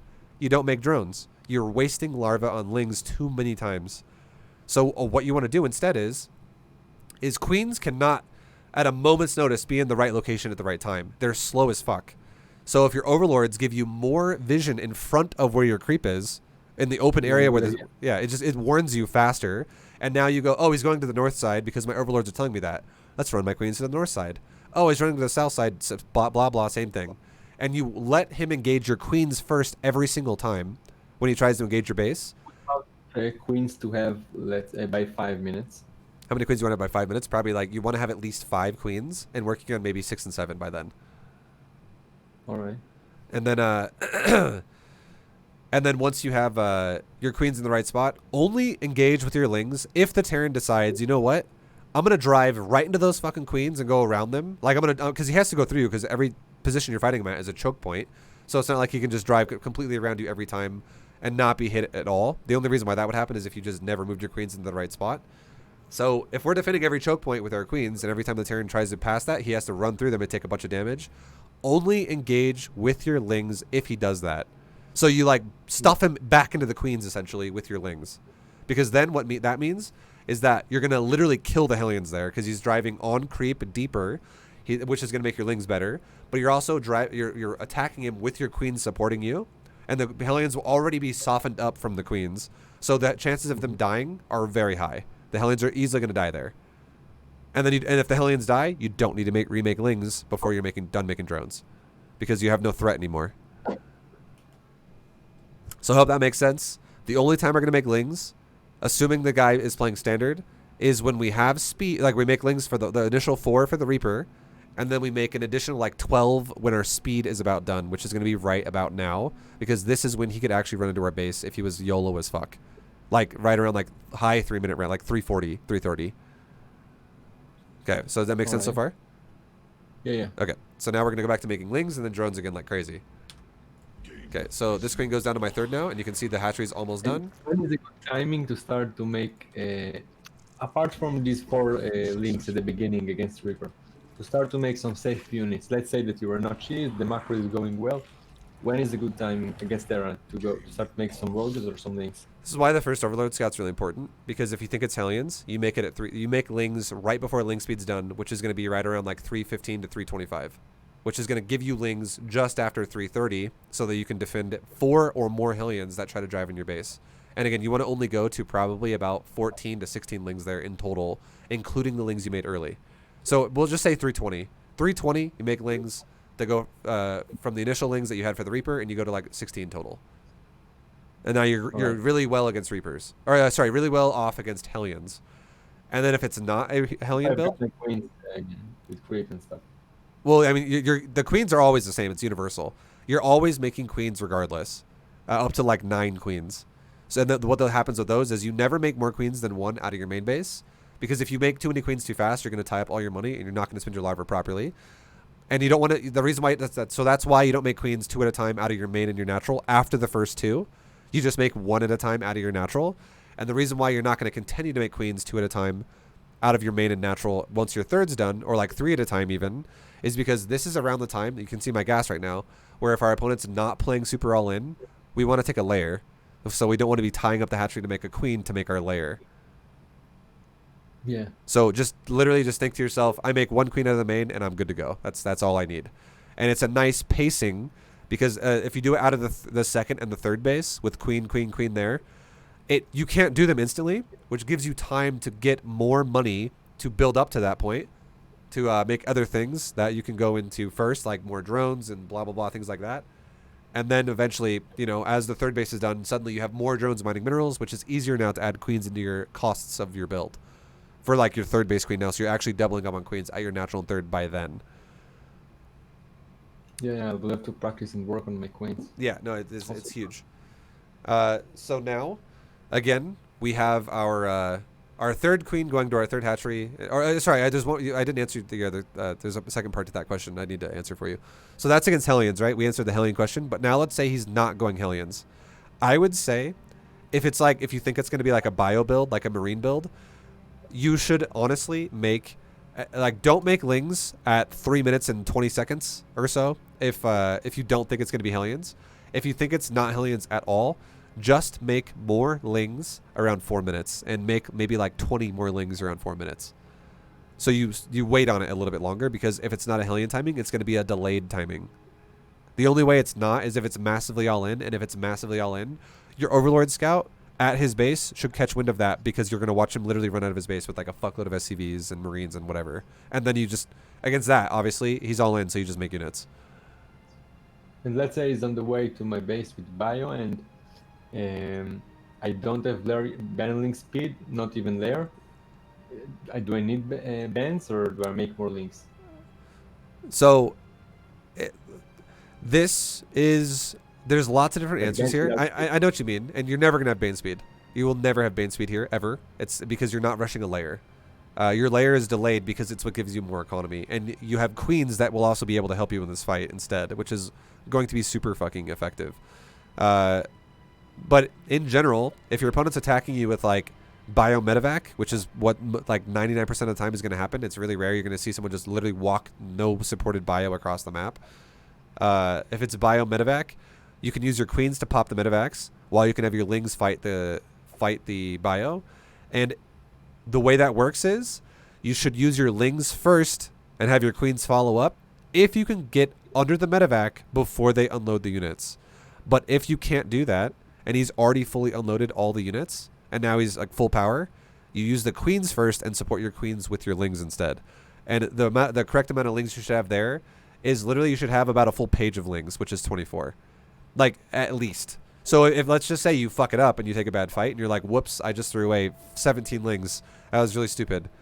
You got to make more Lings then, because if the next time if you did eventually made him lift up and fly away because you were starting to pressure his medevacs with your queens, and you just wasted your Lings first for the exact thing we just talked about, like if he's already fully powered there and you send your Lings in first and you do not send your queens in first, you're going to lose Lings really fast. And if he flies away when your queens arrive, if you don't remake those Lings, you will break probably the next time he pressures you.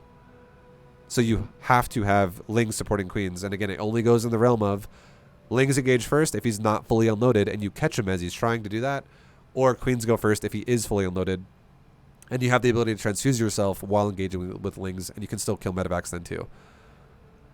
Yeah.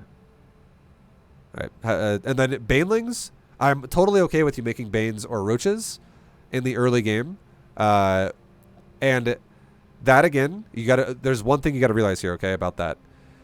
It shouldn't really hinder your drone count until your third base is mostly saturated. Like, you should, if you choose to actually make Banes or Roaches, you should for sure have one base, one gas saturated already on your main base.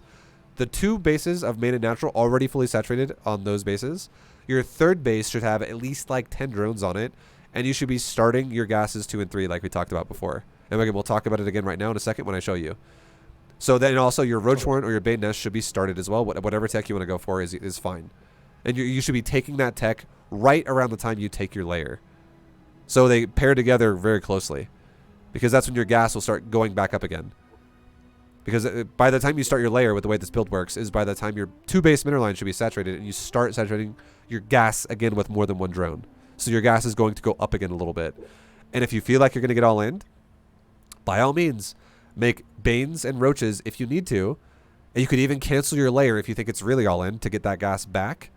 And if you don't feel like you're going to be all in, you don't really need to make a lot of Roaches and Banes. Like, you can literally make maybe like 4, 5, 6 and then be like, cool, I'm good. I don't need to make more than this. And I can go all the way to 3 base saturation into my future composition. And that comes from scouting, right? Like, so that's impossible to tell you.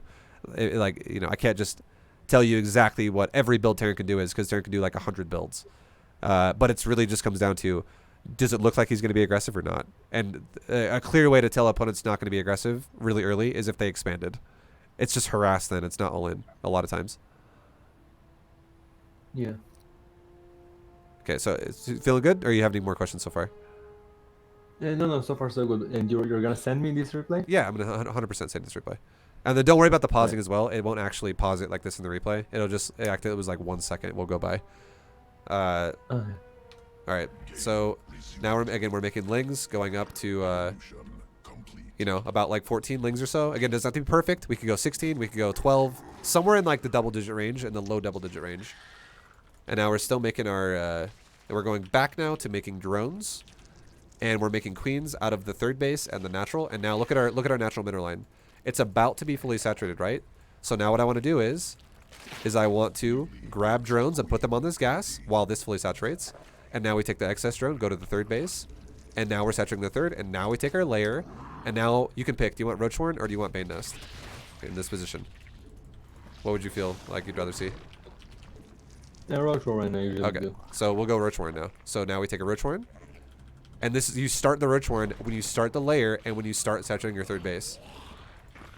And we're still making drones. And then we're gonna look at the worker count as well at 530. And just remember, even if you didn't lose a single drone to the harassment, you would have had 41 drones at 530. Okay? And look at my drone count already. We're at 55 by 440. Yeah. And at what point do you take the gases? We're taking gases now. Again, like, once our 3rd base is well saturated, we take our gas like 10 plus, and we just had a big drone wave spawn, so we made it a lot at once. And now, once we're fully saturated like this on every base, re-rally your main to your main, your natural to your natural, and your 3rd to your 3rd, and take all your gases while you still make drones. So now I just took every fucking... I'm filling up my mineral lines like crazy now while doing another wave of drones. And look at my drone count right now. 514, and we're at 64 drones already. Now I can take my 4th base, and I can take whatever tech I want to go for once I get this gas saturated. And right now as well, we can take our Roaches. So if we're taking like safety Roaches, we can make like 5 safety Roaches right now, to be safe in this position of the game right now, to make sure we don't break here. So drones going on gas. Drones going. Like if I'm playing against AL or something, and like my mission is to get this amount of drones, of course I'll get it. I can like making the queen, send it to the 3rd. I can arrange it, but it's enough to be harassed like 1 time with some Alons, and then I cannot multitask and did not inject once and already lost. Like I know for myself that even the games when I told myself, wow, I'm macroing really well now, then watching the replay, and oh, I didn't even add 60 drones at 50 and at 5 minutes. Well, all that comes from, honestly, is it comes from, I really feel like it's from this type of thing. It's from lack of knowledge, and you're thinking way too hard when you play this game because you don't have enough patterns into how you play this game. Like, if you have to actually think repeatedly about what you're doing, it means you haven't done it enough to master it yet, and it means you're going to play slow. And it means everything's going to feel overwhelming. But if you do something enough to where, like, you literally just know, you don't have, it's like breathing. Like, do you have to think about breathing? You just sit there, right, and you're like, you go breathe in and out, and you don't even care. Like, it's just normal to you. It's just second nature. It's like habit for you. Once you do enough StarCraft to where that's what it becomes, you'll realize that all these early game things that set you back and like make the game feel harder for you aren't even a problem anymore, because you just do it so much that it literally is normal to you to do it. So like for instance, like right now, we're done making queens. I started because I had almost 6 of my gases, I started my Evo chambers and my hydrogen. We can also now start, we should have started this bane nest too earlier, but I kind of didn't. It's okay though. But we'll start our bane nest, and we're now going into, let's do this too now. This is a big thing I'm going to tell you right now, okay? So when you're third base, these are habits you need to develop for yourself, and it will help you so fucking much if you do. When your third base is fully saturated and you're starting we start the tech, Evo chamber, Baneling nest, whatever we haven't taken yet, Baneling nest and hydrogen, things like that. We start those as soon as we're fully saturated on 3 bases, like 70-ish drones, 66 to 70 drones. That's when we start these buildings. We also start a 4th base as well, right then as well, at the 4th base. We also start the upgrades at 5 or the Evos at 5? We start the Evos, the actual buildings themselves. So like that's another thing you did really early last game, where you went for Evo chambers super early off of like 2 base saturation. Yeah, I don't know why I always go them like when I have 4, 5, 6, 7 drones at the natural, I'm making 2 Evos and the roach warren. It's bad, right? It's bad. Yeah, and the reason why that's not great is because that is a playstyle that requires you to be aggressive to make it worthwhile. Because here's why: there is sacrifice that goes into that really early. Like the sacrifice is what? You lose drones because you're taking drones away from your economy really early to make buildings. And what do those buildings do? It increases costs in your economy that once again make it harder to build drones. So you're literally disrupting your economy to invest into what is the trade-off? It's to get upgrades on your military units, which makes you stronger at attacking somebody. And if you do that, if your build is not aggressive and you do that to your build where you slow your economy down to have more aggro potential, it doesn't make any sense because it's just putting you in a negative position. Because you're not capitalizing on the attack. So people who do builds like that, like for instance, if you were to watch like a pro gamer do a build where it's like double Evo off of 2 bases, do you know what that build's going to probably be? It's going to be a guy flooding Lings for the next like 3 minutes, and he's going to be doing like 3 counterattacks at the same time because he's going to be really aggressive. Like he has to be aggressive if he plays like that. Otherwise, if he's going to play defensive and just passive, all it does is it slows his economy down and he puts himself into a hole before his opponent does. So when I made Evo chambers, the reason why I made Evo chambers after, like now finally, why does it make sense that I make Evo chambers when I make them? And why do I make the hydrogen when I make it? I make these buildings as soon as I am fully saturated on 3 bases. And the reason why is because not only does it not stop me from spinning my larva the second I have them every time, like every time I get a larva, it still gets spent. It does not dip into my cost of larva at all. But I also have excess minerals and gas at that point to where I can not only build those buildings, but I can still even also start those upgrades and still not fuck my larva over. So I have more income than what I need at this point in the game, and I could easily maintain these upgrades without disrupting my larva. The worst thing you can do as Zerg is put things in your build that make your larva sit there. And you go, well, I can't afford it though. And then it's like, okay, well, why'd you build that building then? Because you could afford your larva if you didn't build that building so fast. And then, why do I build macro hatches? Because we actually have so much fucking money that I can't even spend my money even with all these things, that now I need even more larva. So that's why we build the 4th base and all of our upgrade buildings at the 4th when our 3rd base is fully saturated. And then we also, with money, whatever money we have excess at that point, we build our we build our first macro hatch. And I would recommend you to build your macro hatches, by the way, at any one of your camera location bases. So if you're going to build macro hatches, I would not recommend you to build it at like a 5th base or a 4th base. I would totally tell you to do it in your main. Yeah, okay, that's good. Because that way it's easy to fucking use your camera hotkey and inject multiple hatcheries with no control group queens. Basically, that is good. I think I need to master like the first 5 minutes. 100%. The first 5 minutes. I'm going to tell you right now. So I'm telling you. This is it's right. The fact that you just said that, you have no idea how many times people don't come to that conclusion and they just keep going, like beat around the bush, and they just go, no, that's not my problem, I'm going to do something else. If you already understand that that's what you need to do, that is so fucking good for you. Because I know that after my queen injects the main, the second injects the natural, I'm making the queen injects the main, the second puts a creep tumor, I make another queen, and there from this moment I start to do mistakes and start to improvise. Yep, and it's literally it's just a game of memory. Like all you need to do is actually commit the build minute by minute to memory. So let's say you master the first minute, and every other minute of the game is fucking just chaos and garbage. Well, let's say like a few days later, you work on mastering minute number 2 as well. So you don't forget minute number 1 because you keep doing it every single game either way. But now you're also mastering minute number 2. And then you do it again days later, and suddenly like a month later, you can actually play a Zerg game for the first 7 minutes of the game or the first 6 minutes of the game at a very highly efficient pace. And if you can do that, you're going to be like, God damn, my ZvT is so strong now. Like, it's so much better than it was before because you actually have a really good developing stage of the game now. Yeah. And then you obviously just keep doing it from there on, and you don't forget because it's something you do every game, right? You just do it over and over and over. You just grill it into your brain until you never forget. But again, so the big things to know, just to throw it out there, our first macro hatch goes down when our third base is fully saturated, and our second macro hatch goes down when our fourth base is fully saturated. And the reason why this makes sense like this is because you will have way too much. Second macro hatch? Yeah, we built 2 macro hatches because again, what I'm recommending you to do here is I'm recommending you to be, because you were making Lings anyways with your last build, so I feel like you're at least somewhat comfortable doing it. What I'm recommending you to do though is I'm recommending you to start with Ling Roach, totally fine, absolutely fine. It's gonna deal with like the most builds you can possibly handle, honestly. And then you can turn this into Ling Bane Hydra. And then you can finally add on Lurkers later on as well. And if you go for a style that is Ling Bane focused, you're going to have way too many minerals and not enough larvae unless you make macro hatches.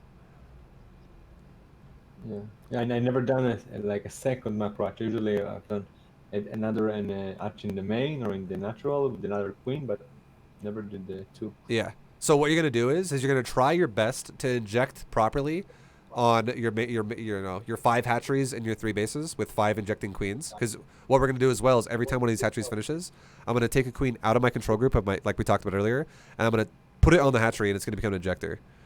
And then same thing as well. After you have 5 queens and 5 hatcheries, remember how we said we go to 9 queens though? And right now I have 6 queens in my control group, and I have 3 queens not in my control group, so I have 9 right now.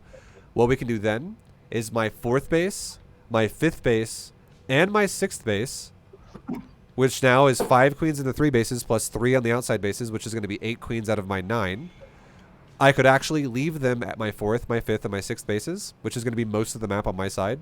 And I'm not telling you to inject those hatcheries like you inject your main natural third. You don't have to do them all simultaneously every single time. But what you can do is when you know for a fact the game is at this like stalemate position for just a second, where you're like, I know I'm not going to get attacked for a minute here. I have some time to prepare things. You could actually do queued up injects at your outer bases with your queens that might have like 200 energy or 150 energy or something like that. And you queue up all these fucking side injects at these outer bases that are not camera hotkeyed by actually doing it just for a moment for like 3 or 4 seconds by using the minimap and just clicking through the minimap or something like that. And then suddenly you then start taking fights again. And when you want to remax, you're going to have like 100 larvae to remax with, which is very doable if you're making Lings. So, and then you, because what it is too with the queens with this style, to explain what that means as well, why it's okay to do this, you start with a lot of queens early, which can defend your base and also expedite your creep spread early when you have no other units really, like very little units and mostly drones. But once you have like 40 or like 30 tumors on the map that are like actively going in all these different directions, you don't need to have 6 queens still spreading creep there. All you need then is like 1 queen that can run over to an area after the Terran scans it and just replace like 3 creep tumors in the area because Terran just scanned and killed it. It's just like fixing the creep at that point because you have enough active tumors to still spread everywhere. So it's not, it's no longer about adding, it's just about fixing at that point. But yeah, I guess I'll keep going. Any other questions you have, just feel free to ask, but I'll finish you off to like a maxed out build here. No. So we're making our second macro hatch. We'll take 1 queen and send it to our 4th base, and 1 queen also send it to our macro hatch in the main. Inject our hatcheries.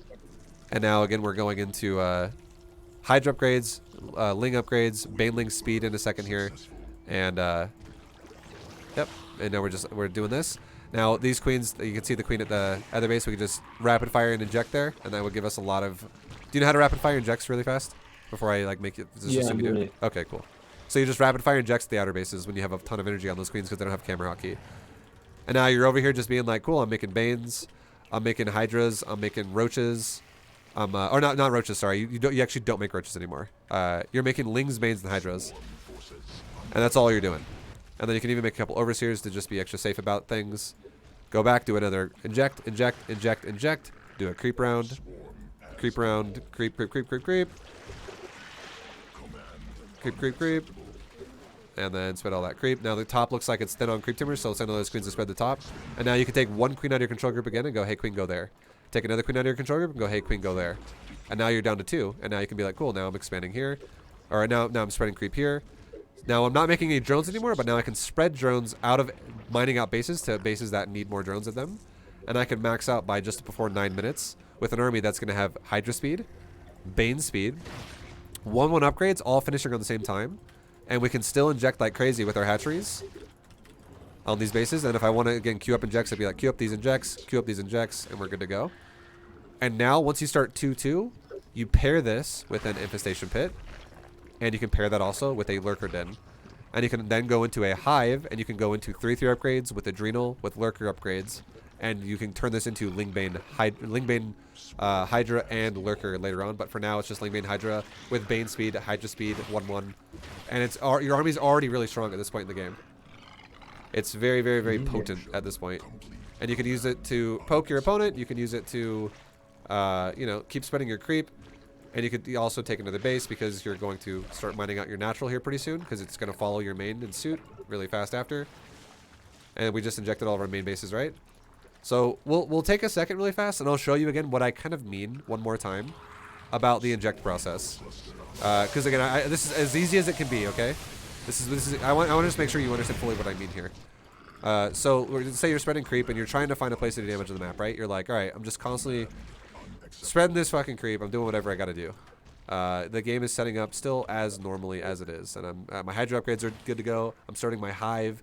You can even start burrow and overlord speed just to make sure you have all the upgrades. That way you can burrow banelings if you want to get cheeky with shit, or your overlords aren't going to be super far away if he's going mass widow mine style and they're not super slow. At the point usually when I have more than 80 drones, I just upgrading everything. Like I'm building all the buildings and all the upgrades. I would say maybe don't do. You don't feel like the need to do that. Just try to, like, if you think to your style, I know what I'm going for. That's what I'm going for. That's fine. But if you build everything, that's actually going to weaken your remax potential a lot because getting everything is actually super expensive. But if we, for instance, if we get burrow and overlord speed, that's relevant to what we're already doing. But if I were to make like roach burrow movement and roach speed, and if I were to get you know, fucking infestor upgrades, and I'm not even gonna use infestors, this is just so much gas that's gonna weaken. Them usually quite fast.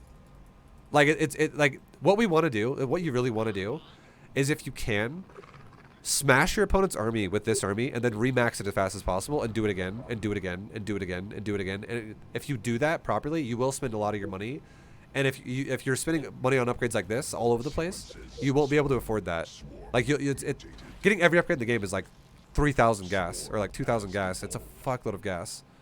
So it'll severely weaken your timings.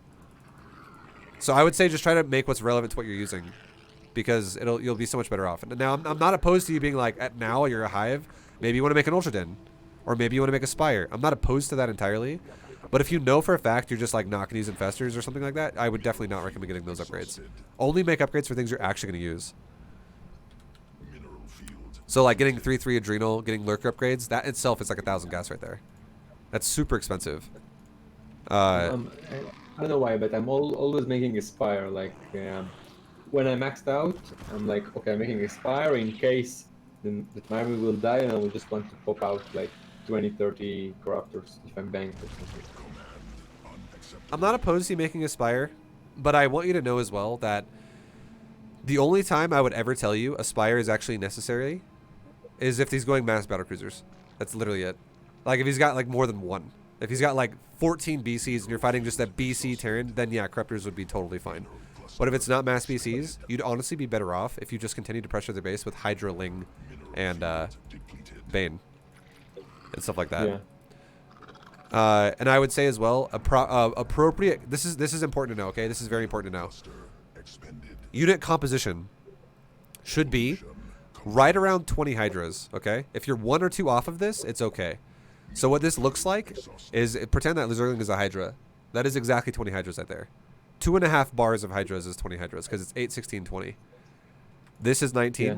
And then that's 19 still okay. If you had like 21 hydras, that's okay. If you have like, again, it's anywhere between like 18 or anywhere between 18 to like 22 is fine.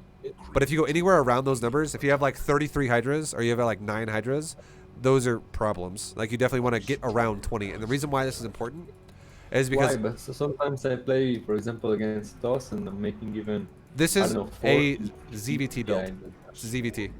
This is not ZvP. Right. So yeah, ZvP is totally different. You're all good. I just want to make sure you know that as well. This shouldn't be something you're doing against other matchups. But the reason why this is important is because most locations in the game, if you have 20 hydras, look at the concave of the area we're fighting in right now. Like 20 hydras, realistically, are going to fill up most locations in the map with a full concave with about 20 hydras. If you have anything more than 20, you're going to have units that are going to be like this. Like, your hydras are going to literally do this every fight. They're going to be like, let's get in the fight. And they're just going to be fucking idiots and be like, we can't get in there. It's too many hydras. And you don't want that because it just weakens the amount of Ling Bane you're going to have. So 20 hydras is great. And it's enough to really add in a big power move behind your Ling Bane that's going to really help you do a lot of damage. Behind that, Ling Bane now, you want to have, honestly, about 1/3 to 2/3 split. Again, guesstimate it. Like, it doesn't have to be perfect, but if I go, okay, I want to have maybe like 1/3 of my army being Banelings. I go to my Zerglings. I can either click them physically on the ground or I can tab to them at the end of my control group like this, and I can make Banes, and I can just make some Banes like that. And if I think to myself, yeah, that looks like about 1/3 Bane, 2/3 Ling, that's good. That's fine. So if this is how many Lings I have, and this is how many Banes I have, again, this does not need it does not need to be perfect. You just want to feel like that's what you have. Does that look like you have like 2/3 Ling, 1/3 Bane right there for the amount of stuff we have? I would say probably yeah, and the reason why is because Lings stack a bit harder. They're smaller units, so they stack harder. So if we really guesstimated what we have right there, we have 30 Banelings, and we have 47 Zerglings. So it's not quite 2/3, 1/3. Obviously, it should be 60 to 30 if it was 2/3, 1/3. But that's still fine. That's the point is you have enough Banes behind your Lings to do damage, but you still have a good amount of Lings to tank for your Banelings and also surround for your Banelings. So you just want to have a little bit more Lings than Banes, but a good amount of Banes. And then you just keep making this army over and over and over when you're on the Ling Bane Hydra composition. When you go to Lurkers, you're going to reduce the Ling Bane a little bit. You're still going to try to keep the same kind of like 1/3, 2/3 ratio. You're going to guesstimate it. It doesn't have to be perfect. But now what's going to happen is you can start adding in Lurkers instead as well. And it doesn't mean you should go down to less Hydras than 20. Still try to go around 20 Hydras with also making Lurkers now. And a good amount of Lurkers to make is around 8, I would say. 8 Lurkers is going to be good now for that once you have that stage. But 8 Lurkers is going to take your supply down a bit on your Ling Bane. And it just means your Ling Bane is going to obviously go down a bit, right? So now suddenly we have 8 Lurkers and we can go back to making 8 more Hydras. And now we finally make more Ling Bane. So now we, for the excess supply. And now our Ling Bane composition will look like that. It's a little bit smaller because now we actually have Lurkers, which is the bigger power move than what Ling Bane is. I see. And this gives you options, for instance, where once you have Lurker Hydra, and once you have 3 upgrades, you should now go back and start upgrading range weapons, or missile weapons for Lurker Hydra. Just get that eventually to level 3. And what you could actually do is you could, if you want to, engage your opponent with your whole army at once, burrow with Lurkers into him while engaging with Ling Bane Hydra, that's fine. Or you could actually use your Lurkers to initiate counterattacks by themselves, or you could use your Lurkers to play defensive and have Ling Bane counterattack your opponent as well. Counterattacks at this stage are very, very, very, very fucking strong. Because now you could actually, again, you could do either one of these things. So Ling Bane could counterattack or Lurkers could counterattack because they're both strong. Like, here we go. For instance, like, we're getting attacked, right, by a Terran player. And let's say our Ling Bane's not even here, and we just burrow our Lurkers in the area, get the Ling Bane out of here. And we just fight with our Lurkers and our Hydras. Like, Lurker Hydra is actually going to be pretty fucking effective even without Ling Bane here. It's what it is. It is what it is. And if the Ling Bane can constantly counter, If you lose these units, the idea as well is you have a bunch of larvae, you can instantly remax, instantly remax, instantly remax. So you can remax over and over and over, and you can make any kind of composition you want. You can continue to make lurkers again. You could remake into mass Ling Bane Hydra if you want again. Blah, blah, blah. You have the option with all these kinds of units. Or if you really want to make it super easy, you could, like I said before, you could go into an Ultra Cavern, and you could just go with like a diverse army of Ling Bane Hydra Lurker. If that army does a big trade, lots of stuff dies, how about you fucking remax fucking Ultra Ling Bane and just go for it? You have tons of options at this stage of the game. And I'm going to do now one final thing where I'm going to show you an inject. And this is what your inject should look like, okay? So when you go to your main natural third, again, it's you green box your queens and you inject like crazy. And then if you want to go to your 4th base and 5th base and 6th base, you do that with rapid fire. So if I want to go main natural third, this is what my main natural third looks like. I go to my base, I go inject, inject, inject. Go to my natural, inject, go to my 3rd base, inject. Now I go to my other bases and I go like this. Rapid fire. Rapid fire. And the queen actually somehow is down here. It should not be there. It should be there, but whatever. Rapid fire that hatchery. You get the point. And then you go back to using your army again. And if you want to, that only happens the one time. That's just one time you do that with the rapid fires, because you're not doing that every wave of injecting. And now let's say I want to inject main natural third again. When I have another moment to do that, go to main, inject, inject, inject, natural inject, third inject, go back to my army. So much faster when I do it just by that by itself. So you're only doing these every once in a while. You're not doing the side bases every single time. You're just doing it like maybe once every couple minutes, because you're just getting that big wave of queued up injects. Because I would not say every time you inject it should be like inject, inject, inject, inject, scroll down, inject, scroll up, inject, scroll up, inject. Suddenly you make the inject take like 3 times as long if you do that. Every single time you do it, right? So you only do it when you know you have control of the map. The one time. But this main natural third one is so goddamn fast. You can do that in literally 1 second. Do it again. Inject, inject, inject, inject, inject. Done. Like once you get really fast with your mouse, you can do it so fucking fast. And if you find it annoying, because like look at this for instance. Let's say you're like I did it a little bit differently. Instead of selecting the queen like that, I'm clicking at the queen instead of making a green box. square. Okay, it's much faster to green box it, and the reason why is because even if you select drones, queens are still priority. Even if you select overlords, queens are still priority. So it doesn't matter if you click the wrong thing. And because here's the thing, what if I inject and I misclick the hatchery and I'm like, oh shit, I'm missing it, I'm missing it. It does nothing to deviate the command of a drone and an overlord. And like, it won't tell my drones to come here because it's just a queen inject. So because the thing is, if you go like, if I go to my main base or my natural and I go like this, inject, go to my 3rd base and I click and inject, it's a lot slower. Because you have to actually be accurate then. I could be perfectly accurate in the green box, or I could just literally go across the screen and go, and I get all the queens either way. So it's much faster than green box.